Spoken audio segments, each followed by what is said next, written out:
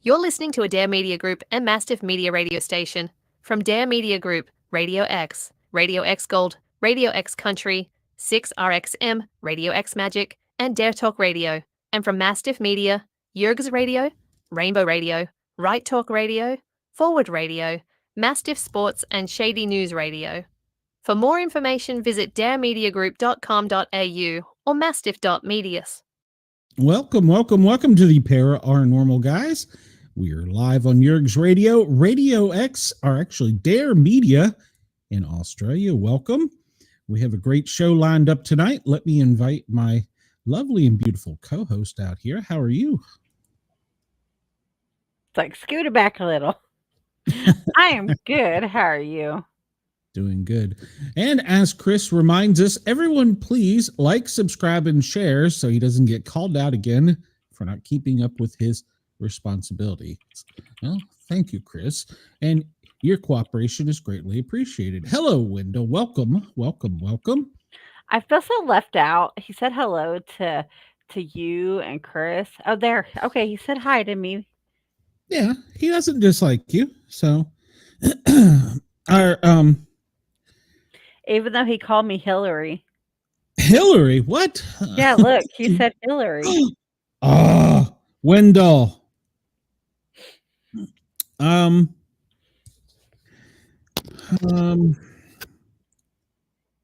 Hold on a minute. Let me send the link again because our guest is having some problems. And well, while you're doing that, I'm gonna go grab my phone. No, well, go grab your phone. I'm just gonna send him the link again so that he can come in and see us. All right. So everybody, welcome. We have two comic book artists lined up, and one of them is specifically Bigfoot related. He's trying to get backstage now, so hopefully he'll get the kinks worked out. And then the next one we've had before, Corissa. She's here in East Tennessee. She does a super hero comic book that's like a how do I want to describe it? It's kind of like Buffy the Vampire meets the Wild West. So let's bring Ethan out. Hello, Ethan.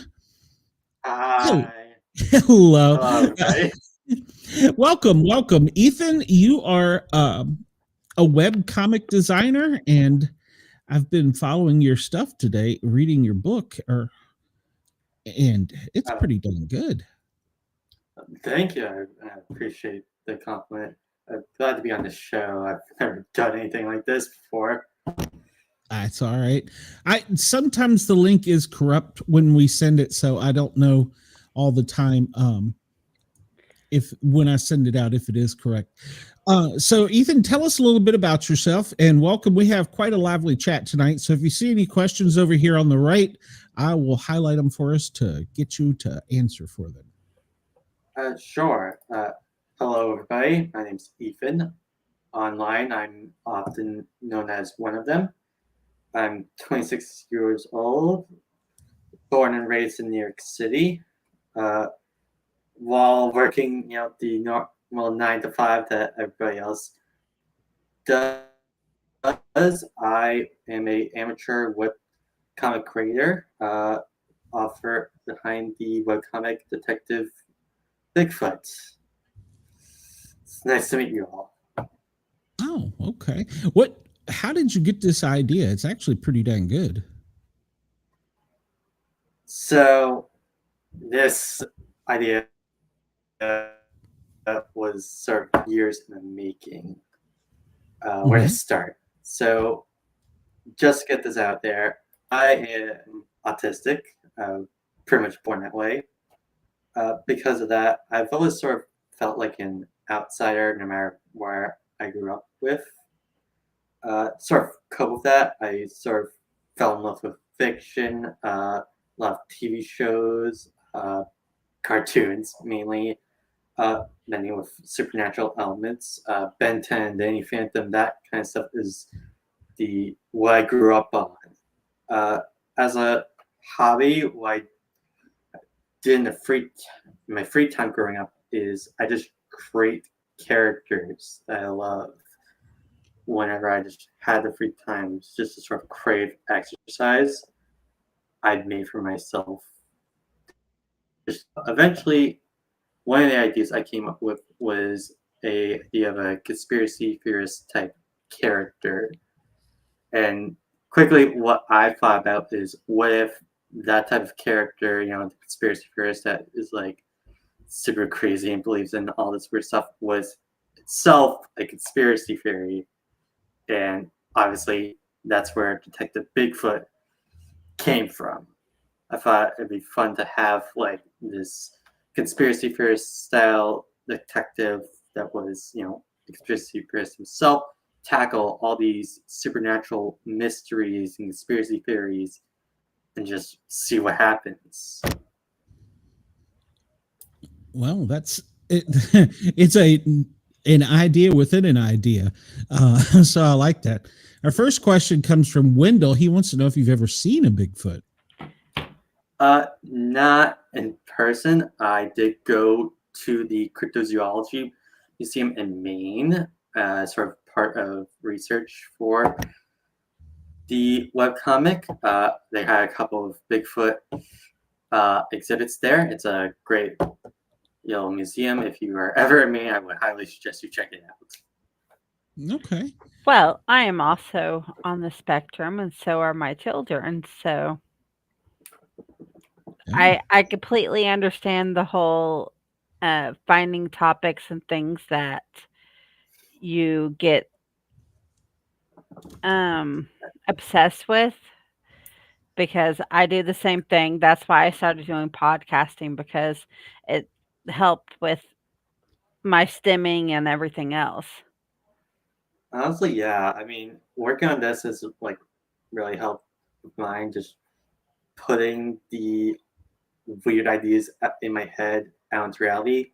That's part of the reason I started doing this in the first place. Is to get all the ideas I had for Detective Bigfoot, this character that I love so much, just out into reality. He's pretty cool. I'm up to, I think, chapter 6, and you've got you're up past 13 or so, right? Yes, I believe currently I can check. Let's see here. Currently there are 16 total chapters up for anyone to read. Just to say this now, if you are interested and want to check the comic for yourself, it is free to read on Webtoon, Tapas, and my own personal website, one of them, comics.net. All the chapters are up, completely free for anyone to check out. That's awesome. How long does it take you to do a chapter? Sorry, Harley. So usually there is a process with me making the chapter. It usually takes me about a month or so to fully complete one. Usually I start off with the basic idea of what I want to happen in the chapter. Like usually I write up a paragraph or so of like, this is what I want to happen in this part of the story. Then is what I call the sort of storyboarding. In like the animation industry, a lot one of the first things they do is like do on post-it notes and stick them out in a sequence to sort of figure out this is what happens in that order. And I do a very similar thing. It's like whenever I have a free moment, I just take a post note and feel like, okay, this is what I want the panel to look like. Then comes the actual setting up of like, okay, of the modeling, setting up panels, the drawing, then texts, bubbles, and then everything all together, and then sing that out there. And usually, actually, I make these chapters in advance. So usually I will have multiple chapters ready before I actually upload them. Okay. And so you do the drawing, you do it all. I do it. Everything is all on me to do every single step of the way. I have no team behind me. I've had to learn everything myself, which probably has affected the quality. I'm not gonna lie. I'm an amateur at this. Anyone who's a real artist can probably easily tell. But I do the best I can. I've done Every my amateur best. starts somewhere. Exactly. Yeah. Piece of advice I have for artists is you gotta start somewhere. You gotta not be afraid to publish your work, even if you think it's not great. You gotta put it out there. You gotta get started. I was really inspired by other artists that have done similar things in the past. Some of my favorite like comic creators have started similar. So I had all these ideas and I want to get them out there. So I'm like, no matter how much of a perfectionist and how much I want this to be perfect, it's not going to be like that. I want them out there. So you just gotta do it. I know me personally, but has being neurodivergent, has that caused issues with any of your doing comic books? Because I know me personally, it does affect like communication skills that I have with people at times, and Uh, my brain, like, I'll start, and Glenn has seen this. I'll start talking and then completely change the subject to something else. So has that ever happened to you, to where you're starting a chapter and then your brain's like, "No, we'll go do this way." So yes, actually, I've always viewed my autism as sort of a double-edged sword. There are positives and there are negatives.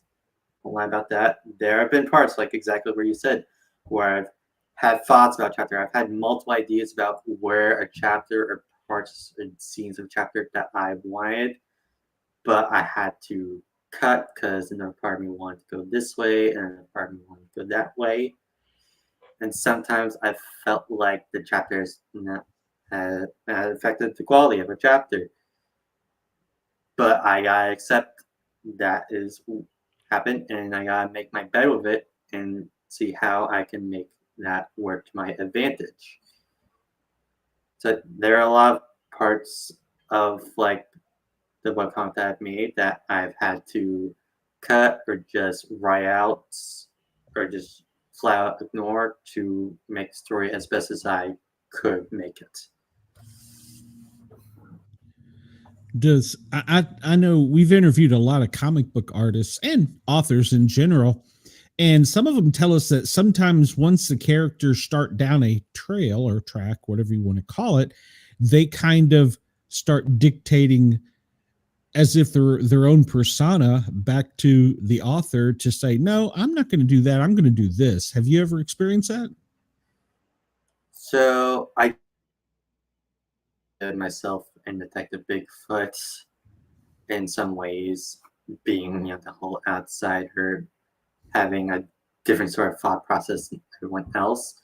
But you gotta do your best to separate yourself from a character. I've always done my best to understand my characters, figure out what would this character do in this situation, even if it's not something I myself would do. Okay. But So you're saying you'd never go inside a tree? I would never go Well, maybe it was a magical and portal, but who knows? Yeah, well, would you be afraid to go in a portal? That's a more serious question. Maybe a bit, yeah. Yeah, If I I didn't know probably it was would on too. the other side. Yeah, I probably would too. I'd be scared with you too. Have you ever thought, maybe you should get out and explore and try and see if you could actually see Bigfoot? I have thought about that. I've been wanting to head out over to, I think it's called Mount Vernon over in Washington State. I think that's where a majority of Bigfoot sightings are at. That's something I definitely want to do in the future. It's not totally in the cards for me right now, but I definitely want to go out and explore more of cryptids out in the world and visit many other cryptid locations. You might be surprised. They may be closer than you think. You're in Maine. Is that what you said? You were in Maine? I went on a short vacation in May, a couple of months back, to do research at the Cryptozoology Museum over there. I currently live in New York. It's where I grew up. It's where I raised. Lived here my entire life. That's The big I'll be city? in New York in June. Oh. But it's gonna be they crazy. have had sightings up there. I have heard they had sightings up, I think, in upstate. I don't think the city has seen him. Have you I ever assume- thought of doing another comic and branching out from Bigfoot and doing other vampires or werewolves or any other of the supernatural?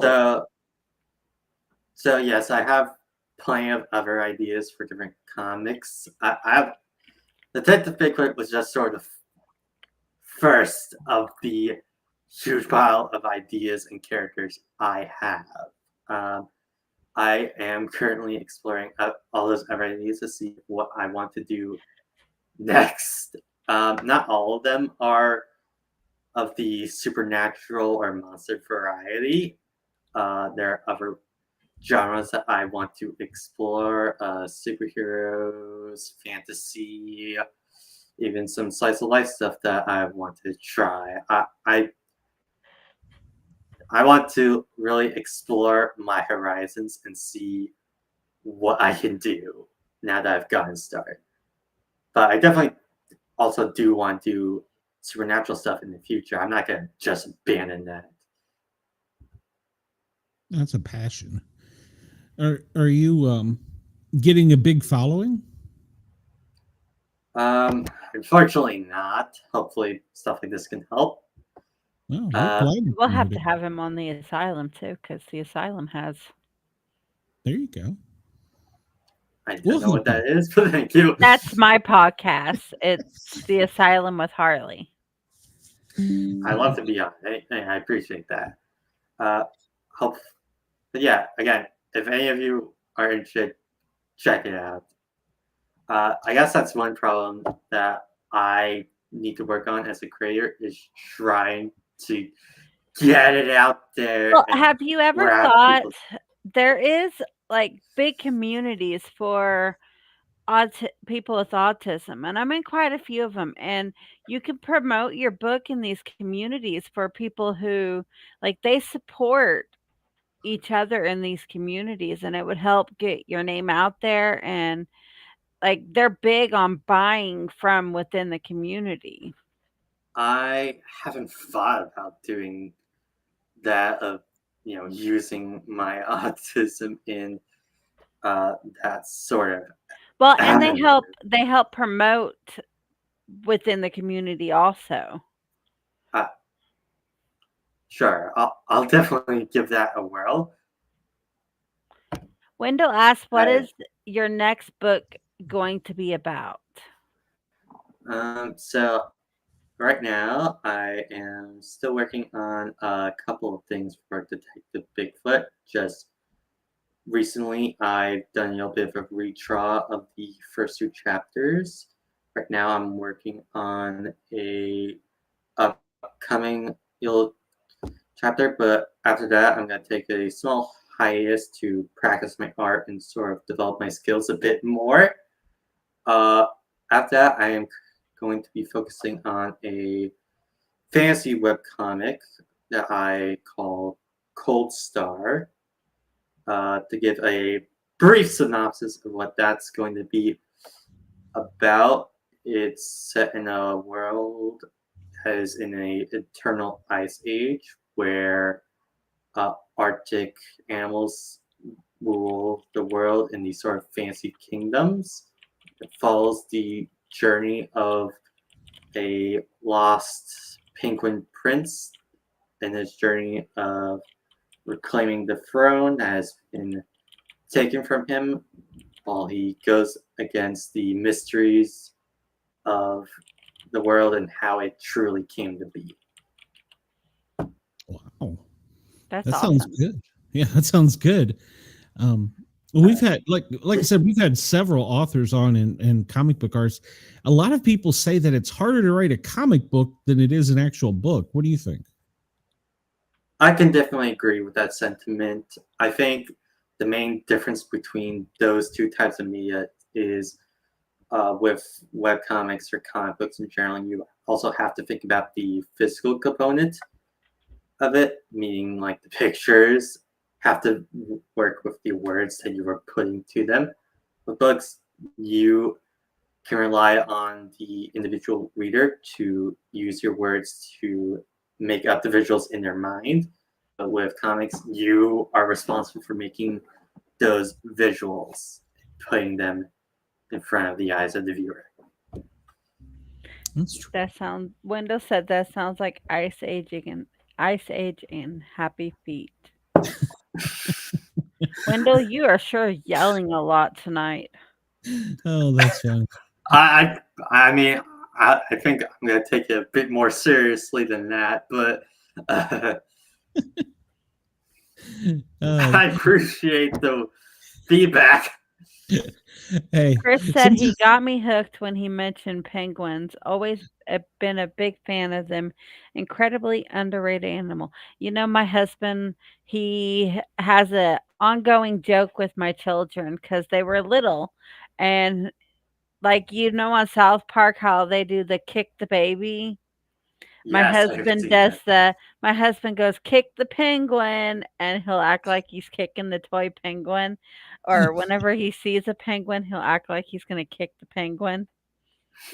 poor penguin. I I mean, I love know. penguins a lot. They're We just do such too. a, It's just it's a joke that he did with my daughter when she was little. they're just so cute, adorable animals. They're I always think dressed fancy.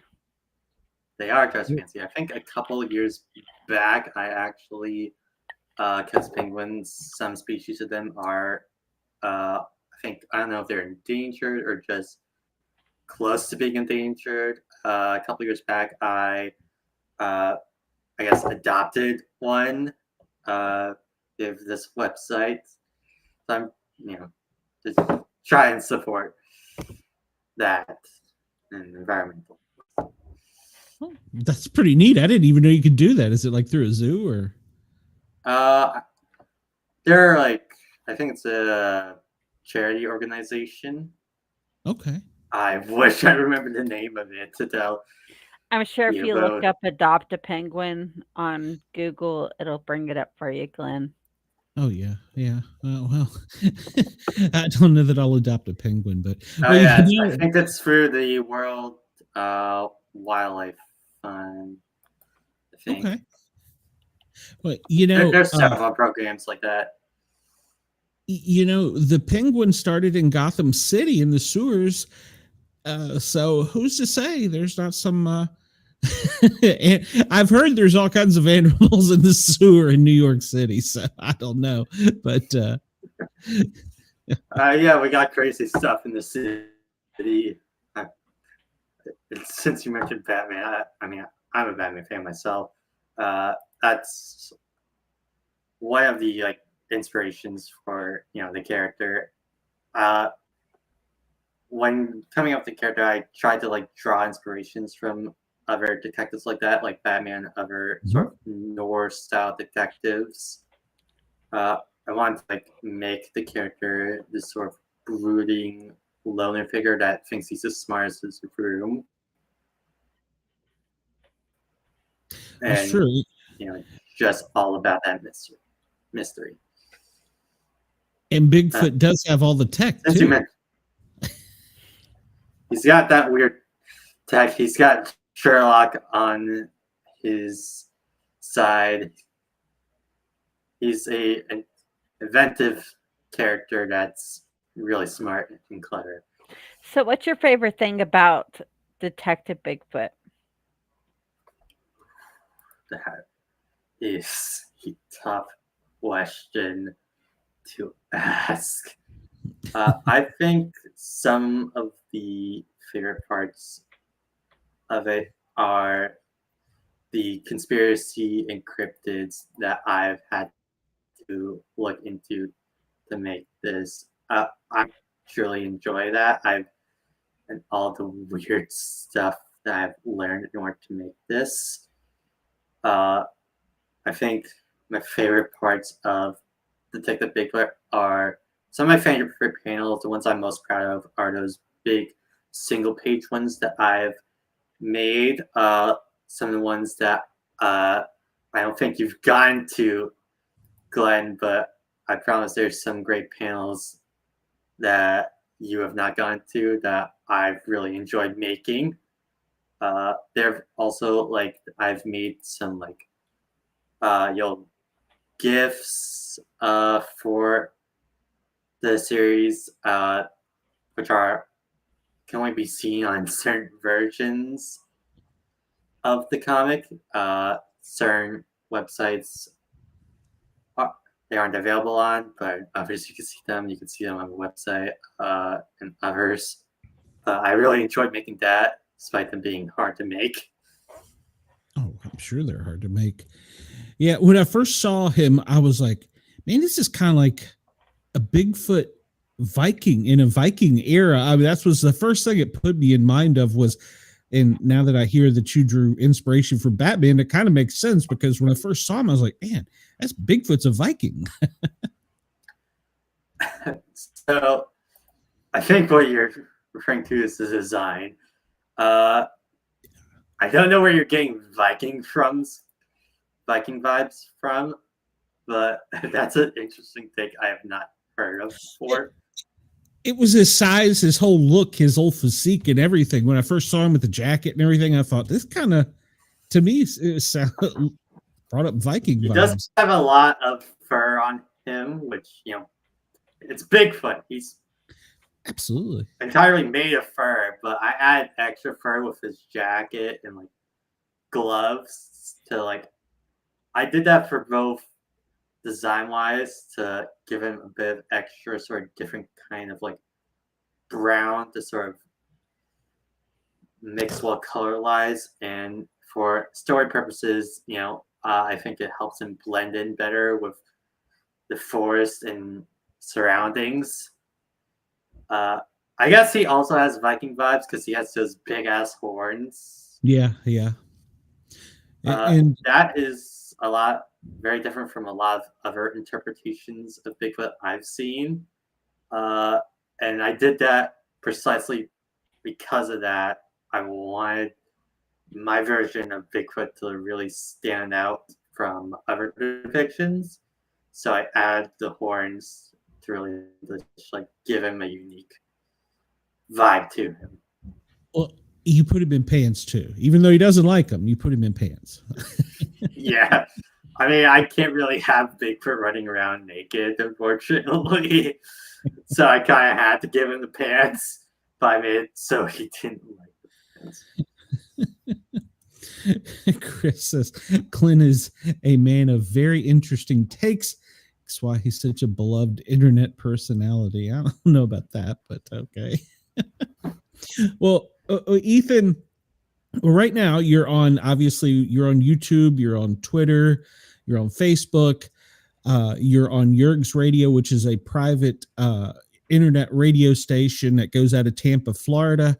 and we've just recently signed, so you're live in Australia right now as well. So hopefully with all this, we can get you. And I will tell you, my Australian fans love a good Bigfoot story. Of course, it's Yowie down there, and they love it. So hopefully that'll help you out some. I mean, And right you're also now, on the asylum with Harley and Joker. that's So right. And you're on the I love- asylum. You're on several channels. So yeah. And Nice. I was just looking up, and it's 9:30 a.m. in Perth and 11:30 a.m. in Sydney. So you're in the morning talk show section there in Australia. No pressure, no nerves. That's cool. I mean, I'm cool under pressure. It's not a big deal. You're just talking the two of us. So, but I'm really enjoying it, and I think you've got potential to grow Hey, this. I'm just getting started. Bigfoot was just the first work, and many more to come. And even though Bigfoot is not what I'm working on next, I'm definitely going to return to it in the future. I got plenty more ideas for this furry big man and a lot more afterwards. Like just these 18 or 16 chapters, I'm forgetting now how many, 16 chapters, are just like the first big major arc. And I got like 4 other more to go out of this guy, and possibly more if enough people really enjoy it. So if you want more, let me know. I want to hear you guys' feedback. I want to hear all your takes, good, bad, anything in between. I want that. I want your guys' feedback. I want to know how I can make this story. Wendell said, "Good luck with your books." Oh, sorry, I'm not worried. Oh, it's all right. Well, Wendell actually has a show too, so maybe he'll have you on. I'll promote his show, Wendell Williams. Yes, Wendell, if I didn't kill it. Are you All right. okay? Yeah, I don't know where it came from. I'm drinking way too much water. You're all good. Anyway, like I was saying, I want to hear your guys' feedback. I love this series so much. I want to do so much more of it. So let me know. Yeah, here's the question I have for you, Glenn, since you've been reading. What do you want to see going forward? What I do to make the story better? Well, I like the premise, especially like you said, he's the Batman character. I mean, pseudo. I like that, and I like his design. Right now, he's just up to the reptilians. I like the way you're adding in other cryptids. Maybe he could take a trip across the drink and visit the Yowie or the Loch Ness or, something like that. And then, of course, there's other cryptids too. You even got mermaids and stuff in there. So I like the interaction. So the more cryptids you can get in, the better for me. So definitely, Glenn. There's got to be a lot more cryptids going forward. Just you wait. You would be surprised how many of them there are. I'm actually working on a book about the cryptids of Tennessee, and I started my I research. I have a whole book about cryptids. I've looked into so many cryptids. Well, I mean, you are in the like middle. I've considered. He's in the middle of doing a podcast right now. I have so many ideas of I've had so many ideas of what cryptids and conspiracies I wanted to include.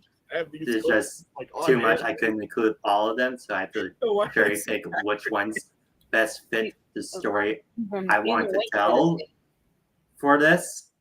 But there's gotta be a lot more going forward. I started off with the more well-known cryptids so far. Of course, we have Bigfoot. You've probably already seen the Loveland Frog. You've seen the Lizardman. I think coming soon, if you're on chapter 6, you said, which means he's about to deal with the Chupacabra, which is a real fun character. Yes, and you got a lot more I am in the middle of that to come. That is an I don't wanna awesome idea, spoil- Wendell. He said you can make him able to cloak and ride in a UFO. This is funny to me because I do not want to spoil because I'm being honest with you guys. I've thought about stuff like that, and Okay, there's. trust me, there's gonna be UFC I wasn't gonna stuff sleep because we literally got like fucking. and aliens coming soon. I promise you that. Alright, fine, we'll sleep. God.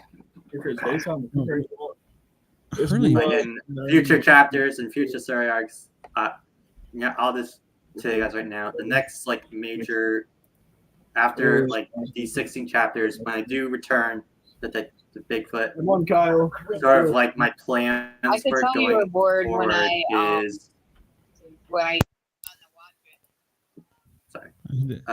my future plans for this series. I think I'm gonna have Bigfoot sort of go on a globe-trotting adventure all across the world, meaning a lot more cryptids, a lot more mysteries, a lot more of what I think is what you guys are interested in. I promise you that. I don't want to say any more to spoil it or give it away. You're just gonna have to wait on it. Oh, sure. Well, like let's see, up there near you, there's also Mothman. So you have Mothman. Man, there are so many. And then if you, like you said, you take him on a world traveling tour. That'll be like the next major arc.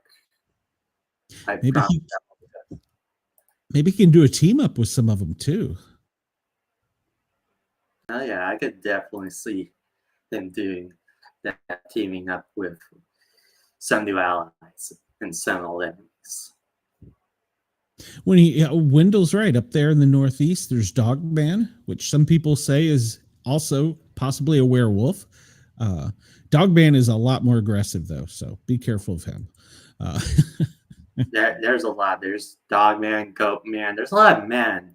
That's right. I forgot about Goatman. Yeah, that's up in Vermont, I think. So yeah. So, Vermont. And then just put like any animal and then man at the end of it, and exactly. It's some weird corner of the world. What if in Antarctica there's a penguin man? You never know. Sure someone's going to see something. There's a cryptid in pretty much every part of the world. Mm-hmm. I think there's like a cryptid in every state. Yes, I once watched a video that like went into depth of that. We have I live in Georgia, and we have, of course, the Bigfoot, and then we have down towards Savannah, there's supposed to be a river monster, and then you go over to Alabama and they have the Alabama white thing, which is a ghost Bigfoot, so to speak. So yeah, and the South is loaded. Here in East Tennessee, where I'm in Tennessee right now, Knoxville. There is, oh gosh, what is the name of it? Wampus cat. It's a female. It's almost like the Egyptian cat, except it's a local thing, and people have seen this here frequently. Is the weird part. So, yeah, there's like you said, they're everywhere. So, and how do we know they're not really out there? We don't.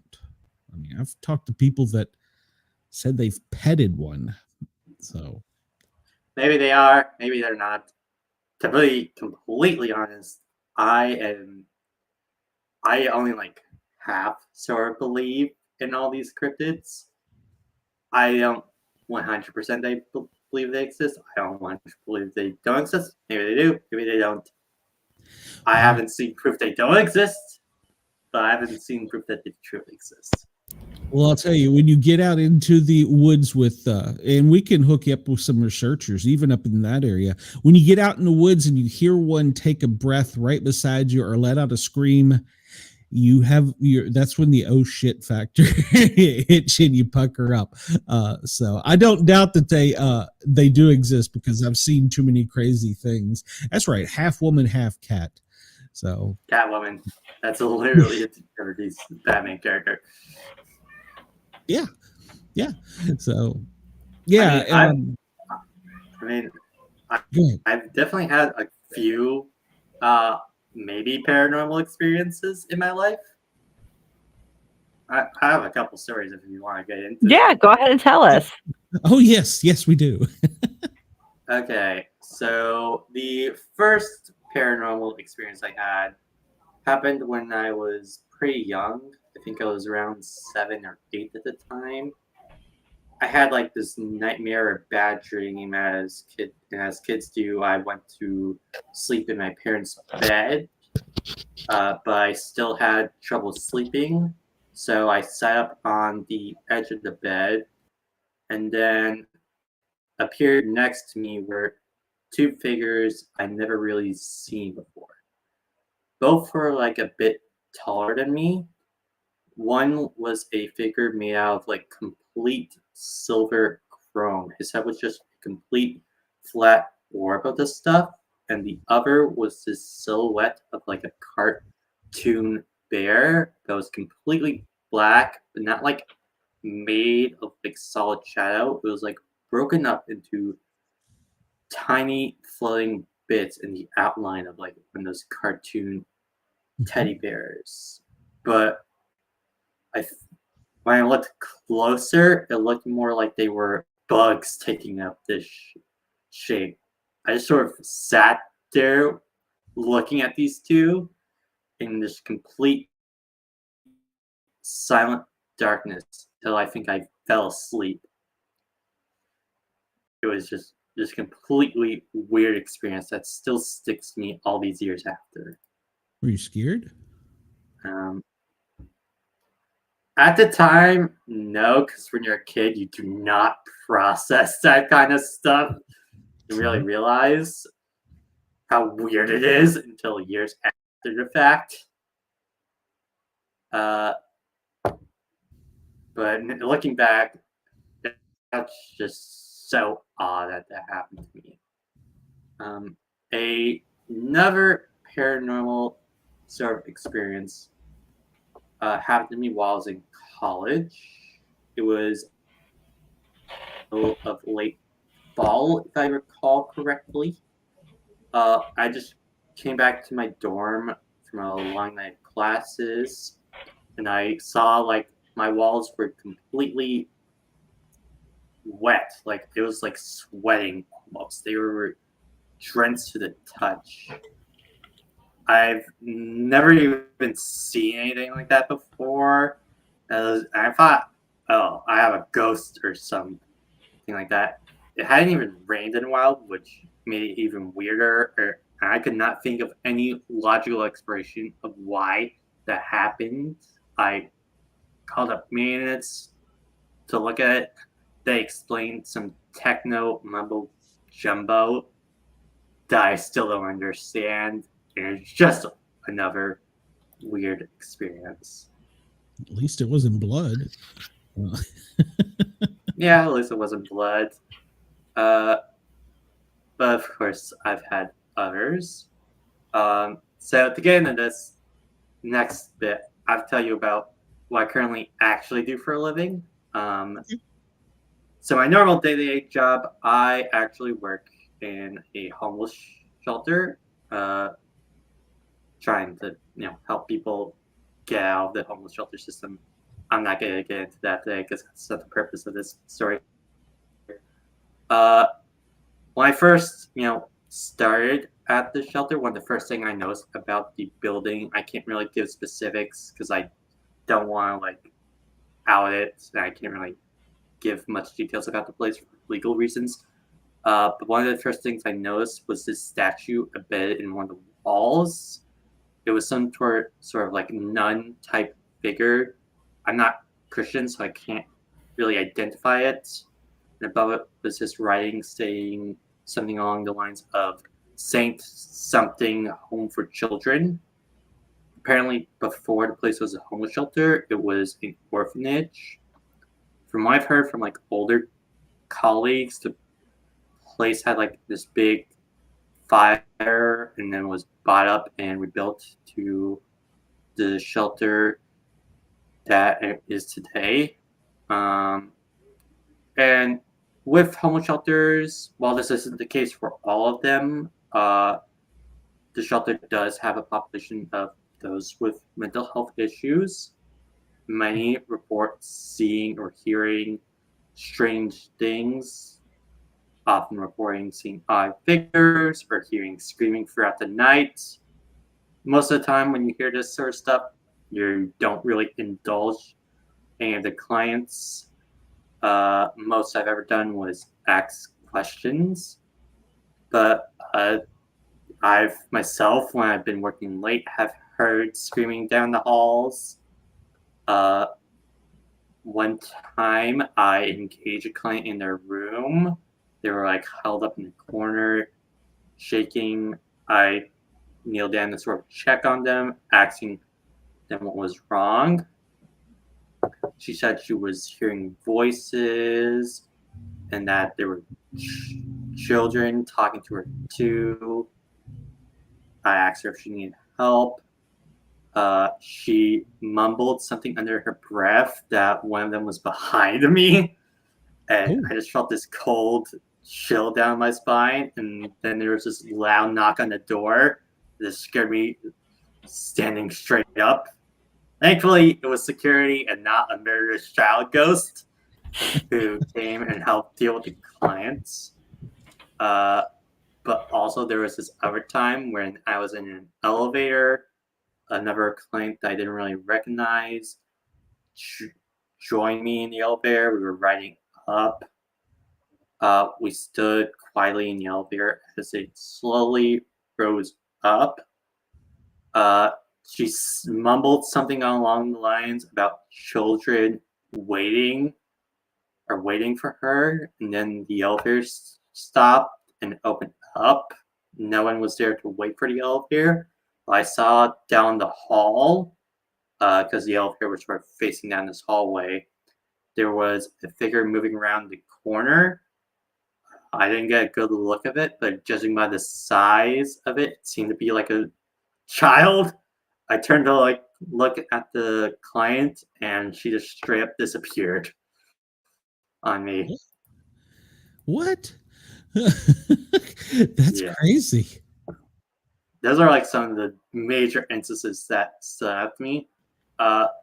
Currently, we've moved from that location because it's currently under some renovations that I can't get into detail for. I think it's just because the city or whatever organization got wise of the ghosts and are trying to deal with them. Well, good night, Wendell, and be safe. Don't let Bigfoot get you. Bye, Wendell. Thank you for joining us. Wendell's one of our regulars. Chris says you create something with penguins, the Loch Ness Monster, and Medusa, and I'm pre-ordering it immediately. I'll think about it. All right, there you go. As a paramedic, I've been in and out of. That's my full-time gig, or it was when I worked. I've been in and out of places like that before, and had interactions. And then, of course, I've also been in facilities that were very old and had some strange interactions too.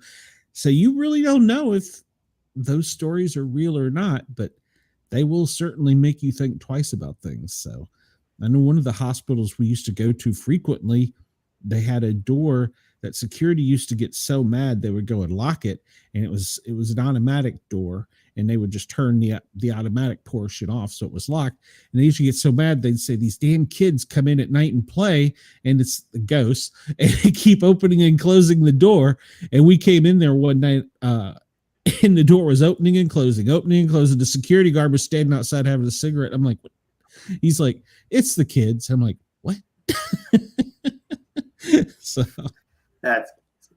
luckily I never really truly feared getting hurt by child ghosts. There have been a couple times I've been more afraid of being hurt by one of the clients. There have been a couple of times like that. But that's stories for different days.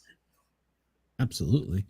Well, you can always come back and tell us more stories too. That doesn't mean we're not handicapping you to one thing. So, but I constantly get off topic on every show we have. Like, I don't stay on one topic at all. Yeah, that's part of autism. I think it's also part of good conversation. You get to know more about the person and, learn their background. That's true. I love learning about you guys today. No, well, we're a strange lot too, so you're not alone in that. I'm a weird comic book geek myself, and I go out in the woods and look for Bigfoot. So there you go. I mean, if we weren't weird, then what are we doing here, right? Exactly. My chat's full of weirdness. So Life is boring when it's ordinary. The out of the ordinary is fun and spontaneous. Yeah, we need more weirdness and whimsy in this world, especially nowadays. And having the tism, you're never ordinary. Never, never, never. Exactly. And I find that to be one. But of the good things about I it. always have this philosophy. Everybody is slight autistic. They just don't realize it. Mhm. I There's could definitely different variations of it, and I can see, like, I personally know, like myself, I could tell with me having it, I could tell when other people have it. Like my best friend's son, I told her, I said, you need to get him checked for autism and ADHD. She said, why? I said, because he's got autism and he's ADHD. And she said, how do you know that? I said, well, usually when you have autism, you could pick up on it on other people. And like every autistic person has it's considered like their one superpower that they're better than everybody else at. So what do you consider your one superpower? Ooh. Oh, God. I don't know if I really even agree to that part Because like about my son, my oldest son, he's going to college here in the fall to be a graphics designer, and the being able to focus and hyperfixate on the doing the graphics design, because he's done like my thumbnail for my show, and he's done quite a few other thumbnails for other shows for other YouTube streamers. So he is being able to get hyper fixated on that. And I mine think is being able to read people very well. I think for me, it's coming. One of the things I guess I'm particularly good at is coming up with all these ideas. Just having all these ideas. Well, flow that's into a my good head. thing though, because once you sit down and put it all on paper, it comes creates- to creative, awesome Yeah, things. yes, that's my superpower. Is that I'm creative. You're very creative. Well, they You- do say people with autism usually are really good at art, math, or something else, but it's usually art and math are there too. Like they're really, really good at. And you I've prove heard that. you're really good at art right there. I mean, I would hope so. I mean, I still consider myself an amateur. Well, everybody starts out as an amateur one time or another and go from there Exactly. and become really famous. And I definitely here am you go. looking forward to improving. Yes, I am looking forward to improving.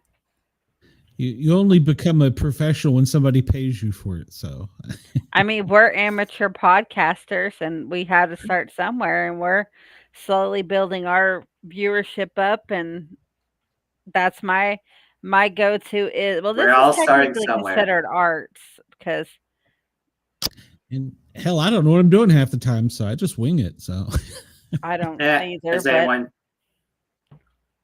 No one's really knows what they're doing at all. I believe that everyone's just making stuff up as they go along. that's life. You never know what you're doing. You have to make it up as you go. absolutely. I, Do you still read comics or? oh yeah, I'm a big comic guy. I love reading comics. It's something I do. I have like a huge comic collection. You My should whole click family. that comment right there, because I don't have that privilege. Chris says, no idea is bad when you break it down. If it doesn't work out, you have discovered something, then the next person doesn't need to focus on saving them the time and resources. True. I agree. Yeah, Yeah. my whole family has been collecting comics for a very long time. They've passed it or unloaded their collections onto me, so I'm keeping that family tradition alive. I've been collecting my own comics slowly, the more recent stuff that's coming out nowadays. I just really enjoy, the artwork of bringing these characters to page. And well, I don't think I am gonna be able to right now at the very least publish it in a official capacity. Webcomics is also a great place for that as well. Webcomics is just a great avenue for anyone that wants to get into comics or creating comics as well. That's why I went the avenue of making this a webcomic and not like another form of media, is because it's so easy to do. Well, not in the sense of it's easy to put it out there. You don't have to like go through a publisher or any of that. You can do it all yourself like I do and get it out there, see what the people of the internet enjoy about it. Well, there's a lot of great stuff on there. All right, Ethan, I will put your links in the show notes afterwards. Tell everybody what's next and where they can find your stuff. And like I said, I'll also put it in the show notes. And if you have something different, email it to me. Okay. So for anyone that Detective Bigfoot, from what we have talked, my own personal website, oneofthemcomics.net. As for the future, like I said earlier, I am going to be going on a small hiatus to improve my artwork. But afterwards, I'm going to start work on the next project that I talked about earlier, Cold Star, a fantasy series. Once I work and start putting that out there, I will definitely return to Detective Bigfoot for another story. Thank you all for having me on your show. I look towards the future and stay weird. Absolutely. And I will give you Harley's email address so you two can get together and get on her show as well. And if you want, I'll send your name out to some other people too and get you on the podcast tour. So that's great. I appreciate that. Here's to seeing you all in the future. All right, Ethan, have a great night, and I will see you, or we will all see you soon. And Chris says, great appearance, Ethan. You're now a podcast veteran. Don't be a stranger. I certainly won't try to be. Thank you all. We'll get you out there. So, all right, Ethan, have a great night. We'll talk to you soon. All right, thank you. Bye. Bye. That was great. That was really great. The webcomics, I'll put it in the links in the show notes. The webcomics page you can go to, and there is so much creativity there.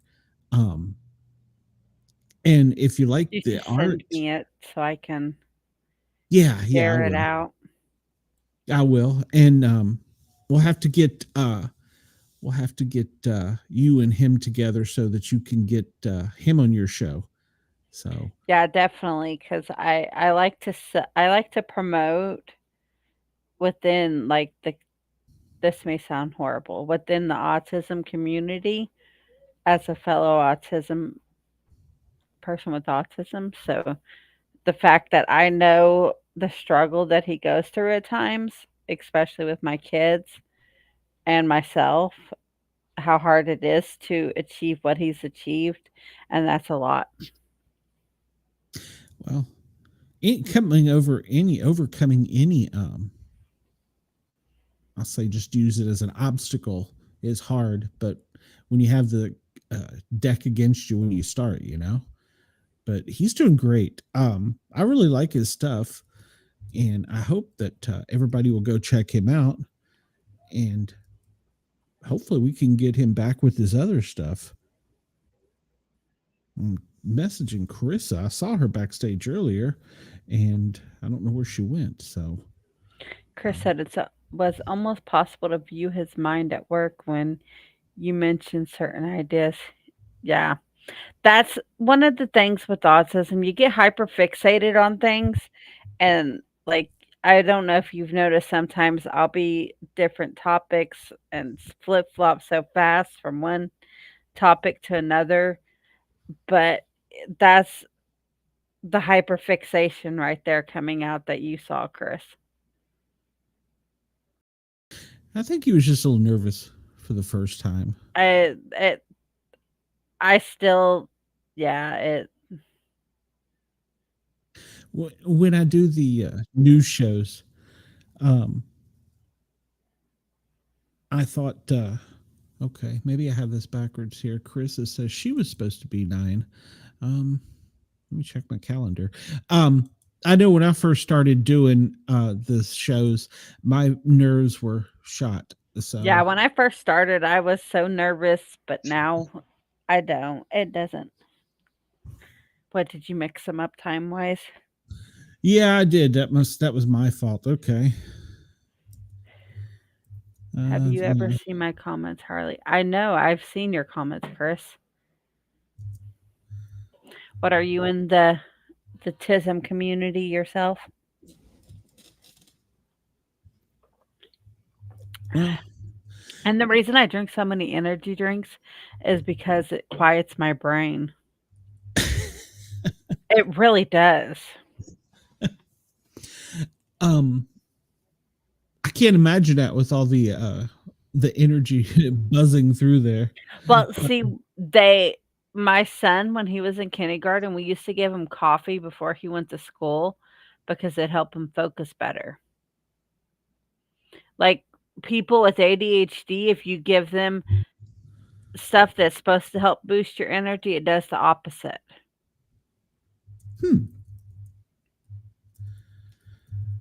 And well, Carissa says she can't come on this late. So yeah, it was my fault. I got it mixed up. And when he was backstage, I just didn't even think about it. So, so now she's mad at me, and I hate that. She's a good person. I'll try and get her back later. I mean, occasionally these things happen. Sometimes with technical difficulties and things. I think he was trying to work out the computer stuff, and I got fixated on helping him get backstage, and I didn't see Carissa, and I must have just associated that was because he was on at 9, but obviously that is incorrect, and she had reserved the 9 o'clock many months ago. So yes, anybody that came on at 9 looking for Carissa, it is entirely my fault. I made an error. So it happens. That's one of the things about live shows is sometimes you make mistakes. Yeah. I'm gonna own it. But yeah, I got fixated when he was trying to get backstage, trying to help him, and I didn't see her, and so I just naturally assumed that. But it was my fault. So okay, well, that's all right. We will get her back on. Yeah, anybody that knows Carissa, reach out to her and let her know that it was definitely my fault. I made an error, unforced error, sporting thing. I will try and smooth it over with her. She's from East Tennessee here, so hopefully she will. So, and she's got so much going on. I love her work too. She has got that new comic coming out that she's got on Kickstarter, and I'm still going to put her stuff in the show notes and stuff because it's only fair. I want everybody to go over to Kickstarter and check out her programs because she's got such great work, and she puts so much energy into the merchandise and the actual comic that she deserves. She deserves the anything that she can get. And yeah, once again, my fault. She did reserve. As soon as she just sent me a message, she said, I've waited months for the 9 o'clock spot. I'm like, yeah, you did. That is definitely my bad. So, so I'll have to talk to her and see if we can fix it. Bobby Dizzle actually introduced me to her, and she's well known here in East Tennessee and in the cryptid community. So hopefully we can get it worked out. And once again, anyone that tuned in at 9 for her, my apologies. I made the mistake. So I don't know what else I can say. I apologize for it, and it happens. So Harley, you're gonna have to fill an hour here and talk. I don't know what to say. So I'm all talked out. I'm all talked out from my news talk show in the afternoons. Oh my, that's crazy. So Yes. I don't know. You don't know. Well, come up with something. So what's your opinion on the comedian who bought? I think he's nuts. Who bought Annabelle? Yeah, I think he's No, nuts. he didn't buy Annabelle. He bought the whole house and the house that they lived in. Yeah, he's nuts. He's nuts. Is he going to live in it? No, he wants to run it as like a B&B. What? Yeah. I don't think the house will let him. You know how the energy is in some things. I don't think that they'll let him. He might have to second. He maybe should build something on the outside where he can say, there, it's in there. Maybe he can build an outbuilding that Something. No, I would not do that. No. Exactly, Chris. If he lives in it, it won't be for long. Not at all. Yeah, I agree. And the dog has a history of people like, it's almost like Hillary Clinton. People die around it, right? Well, I know there's been a couple confirmed deaths of hers. Like one was these people who were like this guy and his girlfriend were on a motorcycle, and they came and they were making fun of her. And after they left, whether it's true or not, but it's all a coincidence that right after they left her, they got in an accident and died. And then there's been several priests who have they've had heart attacks, but they're the ones who have blessed her and made it where she's they've done the whole encasing to where the evil's encased. But there's been several priests who's had heart attacks, and then her handler died, and they're not sure how he died yet. What is her backstory? I mean, obviously it's a Raggedy Ann doll, but she must have been some little kid's doll or something at some point. Yeah, she was a kid's doll, and like the family called the Warrens out because this doll was possessed and was causing evil things to happen in the house. And then of course, it ended up in their museum because, well, it's one of the most possessed items that the Warrens had. And before, when Lorraine gave the handler the doll, she told him, do not take this out of its case. It is the most possessed item we have in our possession. And what did that dumb guy do? He took it out of the case several times. And his wife told him herself, have you noticed every time you touch that doll, something bad happens to your health? And then, like, on the tour. They took that doll on tour, and the plantation caught fire that she was in. The whole plantation burned to the ground. And then a jail, 11 inmates escaped from a hole that was the size of Annabelle. Did they catch him? I don't know. Okay. Yeah, very But there's creepy. so much stuff wrapped around that evil ass doll. That's like the David doll. No, the Robert doll. That's the one down in Key West. Yeah. If you take a picture of this doll, you're cursed. Unless you apologize to that doll in writing or in person within 24 hours, and then you're cursed.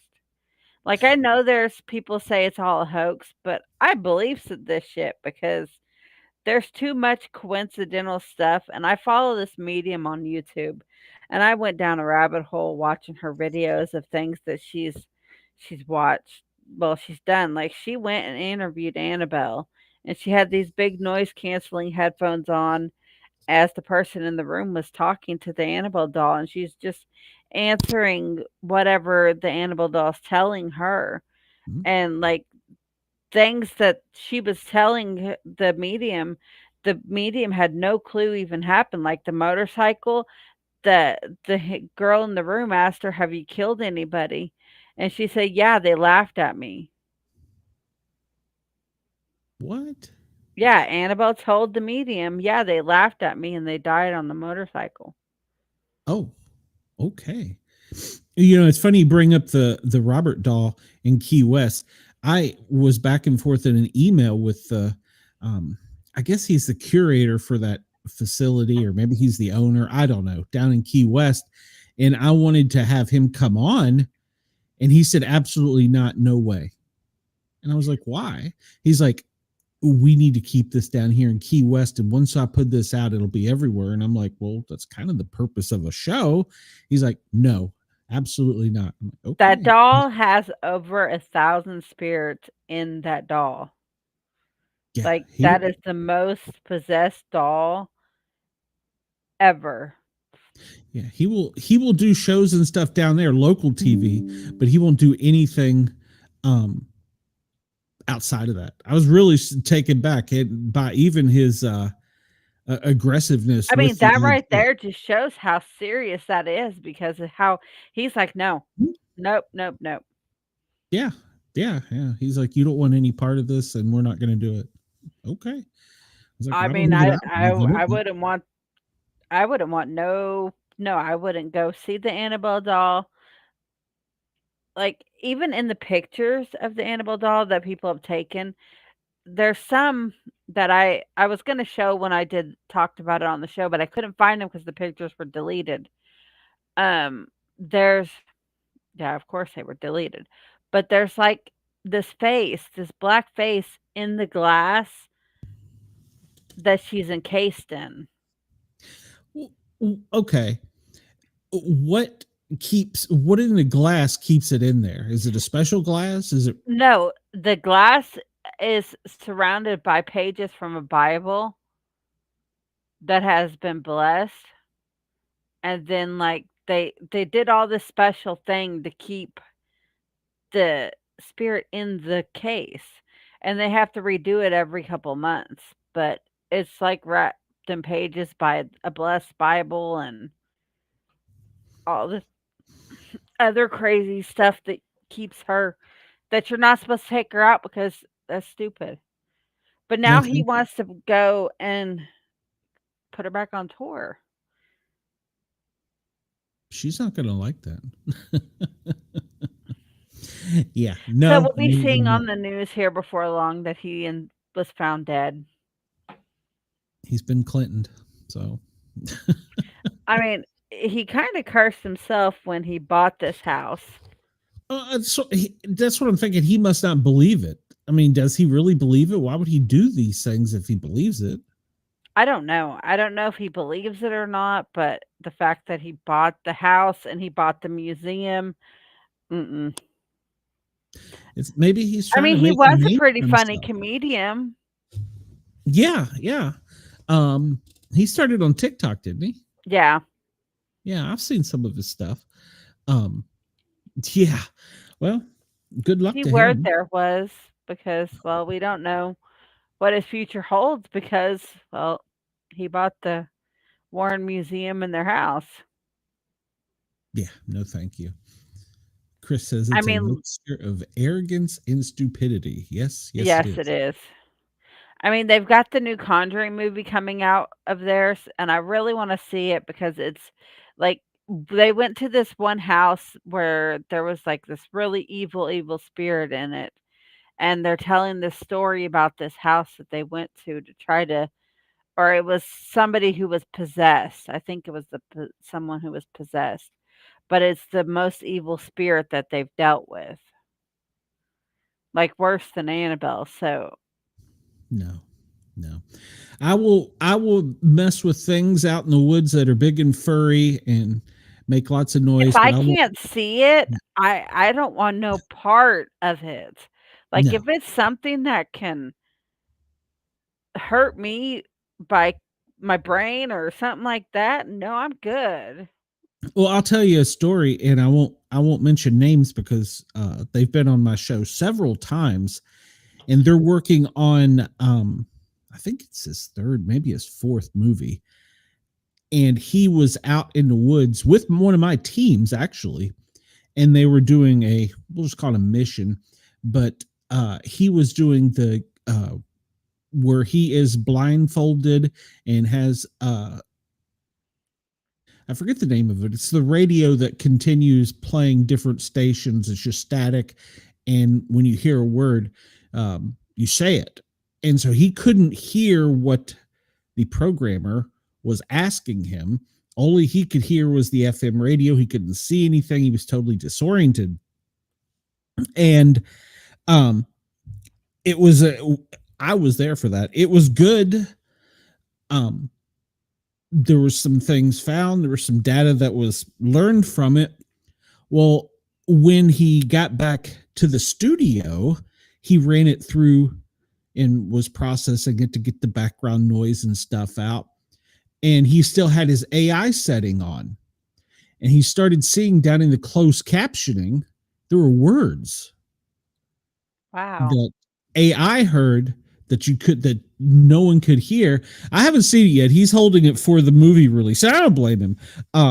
But he said he even went back and did it twice to make sure that it was it wasn't just, it thought it heard, duck instead of something else, but there was no audio there, and it texted the words out in closed captioning.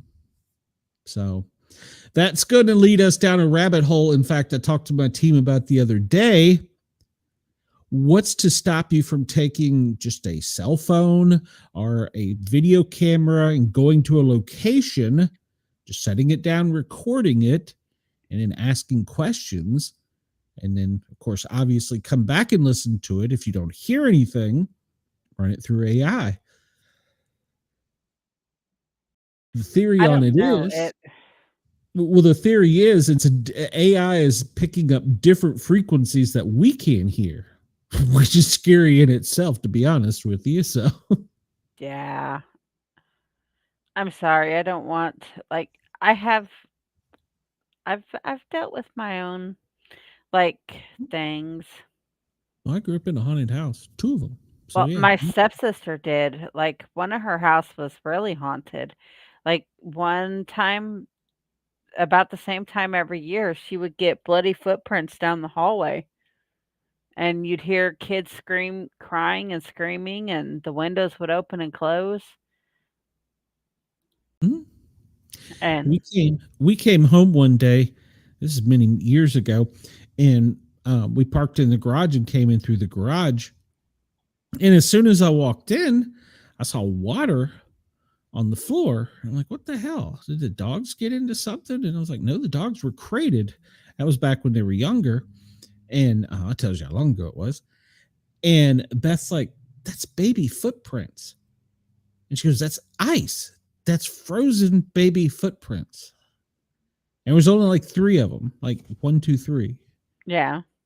And so I was like, okay, all right, well, there's no way they could have come in through the garage door because they would had to have come through the garage.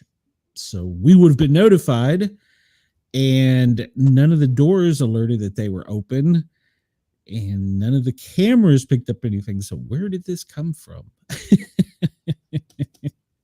Yeah, little frozen baby footprints. Yeah, I was like, all right, let's mop this up quickly. Very Well, in my wedding picture, I'll have to show you one day.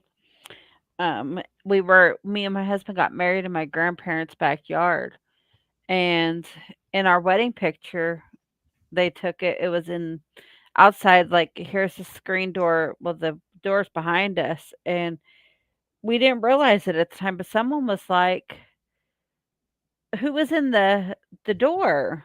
Who was looking out the door?" And we were like, "Nobody. The kids were in the living room, and it was just me and him and my mom outside when we were taking the picture." Well, if you look at the picture, there's 2 faces in the picture of the door. And then one time when my son was little, we were all sleeping because he was little. We were in our back bedroom of this trailer we lived in, and I woke up and there was this big black figure standing at the edge of the bed.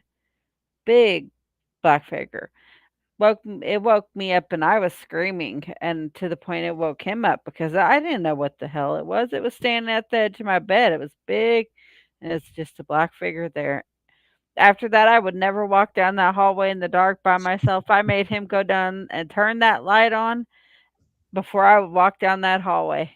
Never again did I walk in that hall in the dark. Yep. Chris says someone once thought building a nuclear bomb was a great idea and followed through with it. We have a weird fascination with destroying ourselves, and AI is just another example. Yes, yes. And we're going to put a nuclear reactor on the moon. What could possibly go wrong? What could possibly go wrong? I don't know. So, but if you do follow the news, there is theories that there's an alien that's traveling 36 miles a minute, an alien craft that's traveling 36 miles a minute and will be within our solar system. Well, it's already within our solar system. It will be within Earth's location on October 29th. So there's going to be a lot of people. I need to get some UFO people on to talk about that. So, and I got to get Dennis Carroll on as well. He is, you will like him. He is a resident demonologist. So I like demonologist. I was going to have him on, but that's when I had to take a break from doing the show. So, I had to reschedule him. So I'll get him back on. Yeah, that would be great. Yeah, I've got a whole list of people that I got to reschedule from that time period. It was bad. And then I got to try and make it up to Corissa. I got an author you could bring on. Yeah, we've had plenty of them. She writes adult smut. She just came out with another book. I have quite a few of her books. I don't want to know, but I had the director Vic Lagina on and his expose book. So yeah. Well, she wrote one of her books is called Make Her Bleed. Oh. All right. That sounds more like a horror. No, it's adult smut. Very. Cheyenne might like that. So you two can talk. I actually had her on my show before when she came out with one of her other books. Oh, okay. And she just came out with another one. She's really, really nice. Her name's Erica Bradley. Well, reach out to her. Let's get her on. Absolutely. So, all right. Well, I guess we will wrap up early tonight since I made the error, which is totally my fault. And once again, I apologize to Corissa and her audience and fans. That was my fault.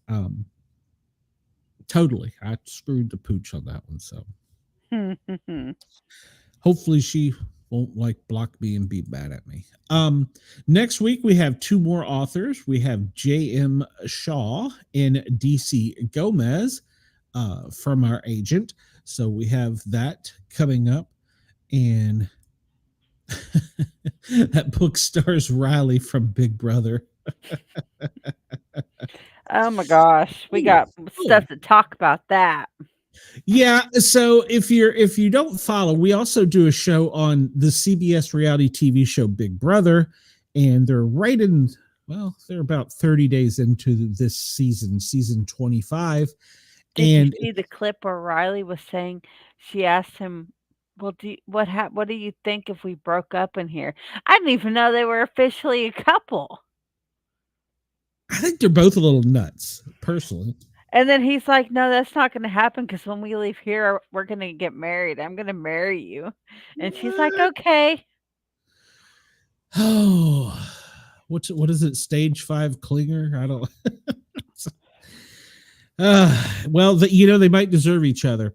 But a big announcement right before this show tonight, I was emailing back and forth and messaging with a former CBS reality TV house guest in Big Brother, and she did other shows. Woohoo. And not this Thursday, obviously not tomorrow. It was too soon. But next Thursday, 10 o'clock, you can tune in. We are going to have a former house guest of Big Brother. So have all of your questions ready. That'll give you a little over a week to formulate your questions. And I said, are you still under an NDA, non-disclosure agreement? And she's like, no. So we can, we can ask pretty much anything. So I sent you my picture, my wedding picture with the faces in the door. Okay, I'll take a look at them. So that's big news. We will get her on Thursday. So I'm excited about that. And then I have another guest lined up. Haven't got a date set yet. It should be a Sunday show. And I should also go back and we should revisit. We had the author that wrote the Big Brother Encyclopedia. We should probably have him back on again this season. So he was a good guest. So are we going to do Sunday the 17th show later? I don't know why. What is Sunday the 17th? I don't get off work till 10 o'clock. We'll start it a few minutes late. Yeah. Oh no, that's the let's see. That's this weekend. So, yeah, that's what I'm saying. This Sunday coming up. Well, we can start a few minutes late or I'll just start talking. So I'm pretty good at filling 2 hours, so I think I can handle it. There should be plenty to talk about. So yeah, we'll be running a few minutes behind, but we'll be fine. But now next Thursday, you got to be on time because after the live eviction, she's coming on and she's going to tell us inside scoop and what's going on. So looking forward to that. And who are you hoping gets evicted? Tomorrow? Since the power of veto wasn't used on Emu, I'm hoping he does not win the blockbuster. I'm kind of hoping Zach goes. I really am. And I'll tell you why. Well, I don't want to spoil it, but I'll tell you this. I want him to go because of his whining, dumb game move for one. And let's back up. One, his arrogance that he said he doesn't understand why he's up so early and why is he on the block. So one, his arrogance, two, his dumb game move, and three, $10,000 isn't going to take you very far. You could have won $750K there, Bubba. But he was so mad at Ava, he was not going to give her the money. And she never knew. She didn't know nothing about it. She didn't care. Yeah. She was happy with the $2,000 that she won. Yeah. So no. So I hope he goes for that reason. That and he's now switched off of Lauren and it's Morgan. So he's flip flopped. So, well, if that goes, Lauren will have nobody. That is true, but he has been more up Morgan's butt than Lauren's here lately. I think those are going to be the only 2 votes for him if he stays. And pictures of Keanu and his girlfriend have come out here lately.